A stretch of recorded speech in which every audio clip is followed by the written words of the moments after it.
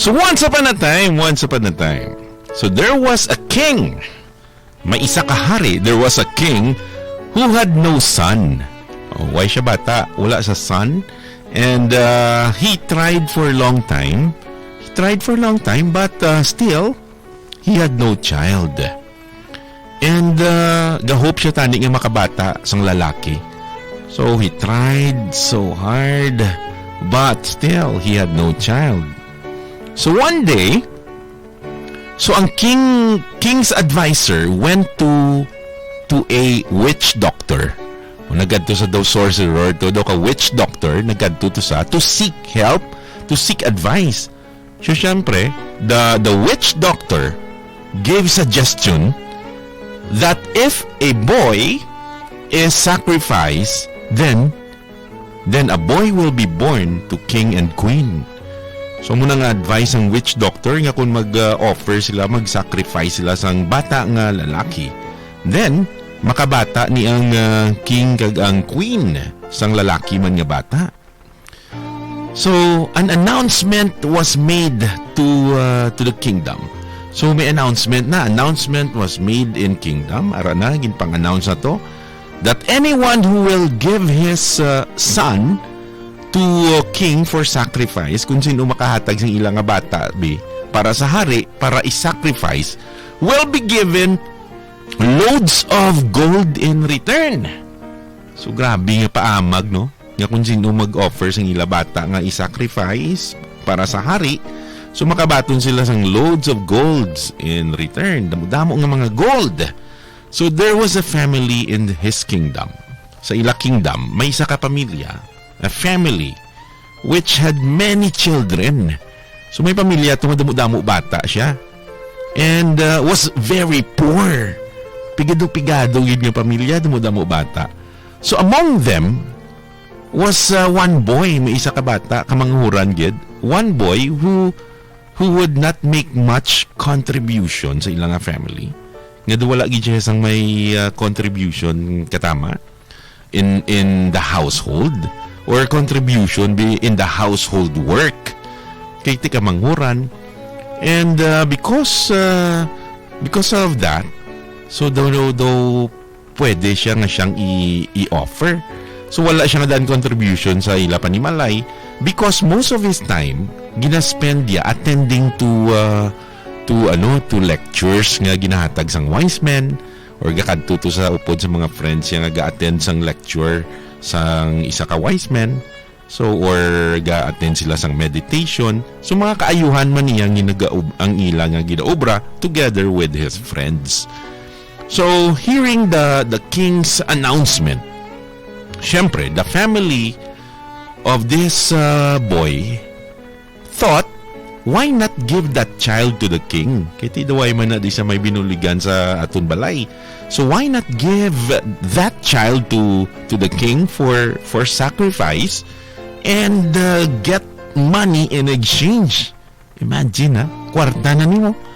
So amo na lang niya i-sacrifice to get money in exchange. So the child was given to the king, and as promised, sang nabato na to sang king ang bata para i-sacrifice, the king gave his family a lot of money in exchange for the child. So damo na sila kwarta, gold, kay ti in-offer na nila ilang bata. And soon, so may preparations were made to sacrifice the child sang witch doctor. I-offer yan na, i-sacrifice yan na. So may ritual na nga gin-prepare. So on the day of sacrifice, the sacrifice, the king was also present sa area. So the king was also present at place where sacrifice was to be done at tumantungari. So before nga magsugod na ang rituals, before the rituals masugod, the king asked the child, di pa mangkot yan ng bata. Hambal sang king, so what is your last wish? Hambal sang king, anong yung mga last wish? So the child said, yeah, can I get bags of sand? pwede ko kapangayo sang bag nga puno sang balas, sang sand. So the king ordered his servant to fulfill the last wish of the boy. So as ang servant nagdala na sang bags of sand sa bata. Ginhatagyan na to ang bag nga puno sang balas. So the boy took the bag of sand and one by one, ang ginhimo sang bata, one by one, he made four heaps of sand. Nagtumpok siya sang apat gid ka tumpok amo na gin pang tumpok-tumpok ya. Dogin pang divide ya into four ka tumpok. So he made 4 heaps of sand. Then the boy, sang pagtumpok ya na may apat ka tumpok, the boy, ang ginhimo ya, he broke the 3 tumpok, the 3 heaps of sand, ginpang buka ya tong no. So nagtumpok sa apat, tapos ang tatlo tuging buka ya. Dugin pang buka ya mo, tatlo gid na buka. So tatlo ka tumpok ang nabuka with his hands. And ang katapusan nga tumpok sang balas, ang ginhimo ya gin protect ya. So nagluhod siya and then gin protect ya ang last gid nga tumpok sang sand, and said to the king. So sang nagaduko na siya nga gina-protect ya ang last nga tumpok, hambal sang bata, do whatever you want to do now. Oh, grabe, isog-isog nga bata. Niya, do whatever you want to do now, my king. So, seeing all this activity nga ginhimo sang bata, nakita man sang witch doctor. Syempre, the witch doctor got scared. Do kinulbaan man tong witch doctor sang nakita yang ginhimo sang bata, and asked the boy. Gipamangkot niya. Niya, first tell me what have you done and why. Namangkot ang witch doctor, gido nakulbaan siya kung ano tong ginahimo ka bata. And the king also asked the same question to the boy. So nag-ask man pati ang hari, gido na confuse sila kung ano tong ginahimo sang bata. Nga may 4 ka tumpok, ging guba ya to ang 3 ka tumpok, pinangbuka ya, pinangwasak ya, and then ginbili niya ang 1 ka tumpok nga ginaprotect ya. So the witch doctor asked, tell us why, ano nang ginahimo mo? And the king also asked the same question to the boy. And then the boy said, hambal sang bata, the first tumpok, the first heap of sand represented my relation with my parents. Amo na hambal ya. It was their duty to protect me, but they did not follow their duty and sold me for money. So, I broke it. Amo to galing meaning sang una itong tumpok. Tapos nagambal pagid ang bata. The second tumpok was for my relatives. My relatives. Kaya nga, they should have asked my parents to stop, but they did not. So, I broke it too. And then the third tumpok, or the third heap of sand, O king, is para sa imo, is for you, because it is your duty, my king, to protect me, or to protect the subjects of this kingdom. But there you are, you're the king and trying to sacrifice me.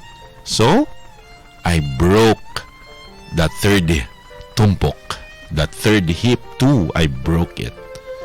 So saying this, after pagambal niya ito nga ika-third na, the boy got silent. Nagipos ng bata. So the king asked, so what's the last tumpok for? Inang ginaprotect mo. Ano na saya? What is that for? And then the boy replied, the fourth tumpok of sand belongs to my God. This sand belongs to my God. Yan now, only and only I trust my God. So, here I am sitting in front of it. I'm protecting it. So, on hearing this, on hearing the boy's answer, the king was shaken. He was shaken from inside. Do na-touch siya, nga do kinulbaan siya. He was shaken na tayog gid ang king. And the king thought, it is not known. Hambal sang king na minsar ang king niya, way pa niya nabalaan niya. It is not known whether a son will be born to me even after the child is sacrificed. Way pa niya sure ya kung mataho, tagaan ko bata sang Ginoo be, kung isacrifice ko niyang ini nga bata. So why not make this child my own son? This child is so sensible. This child is so wise and sensible and devotee of God. Grabing faith ya. So why not make this child my own son? Amo nang paminsar sang king. So yeah, where else can I get a child as good as him? Din pa ko ni kakita sa amuni nga maminsar nga klase bata. So after much thought, so naminsar gidalom ang king, the king made a decision. Nag-decide ang king. So the king decided. He adopted the boy. And declared him prince of the kingdom. Wow. So that's the end of the story. So if you like the story, I want you to react. I want you to comment. Send me your reactions at 0912-718-7011. Okay, so anong moral sa story? Anong na-learn nyo sa story? Padala nyo din. Okay, don't huya. Send me your reaction. Anong learning ta? Anong moral? I think, kung tanawon ta, misinsin one who trust completely to your God. If you trust God completely, you will not be harmed. You will not be harmed. Promise ginaya. You will not be harmed by any means or anyone. This is the absolute truth. Amo ginayang absolute truth. Kamatuoran ginaya that nobody can harm you in any means or anyone. 8:25. Ang sarap makinig.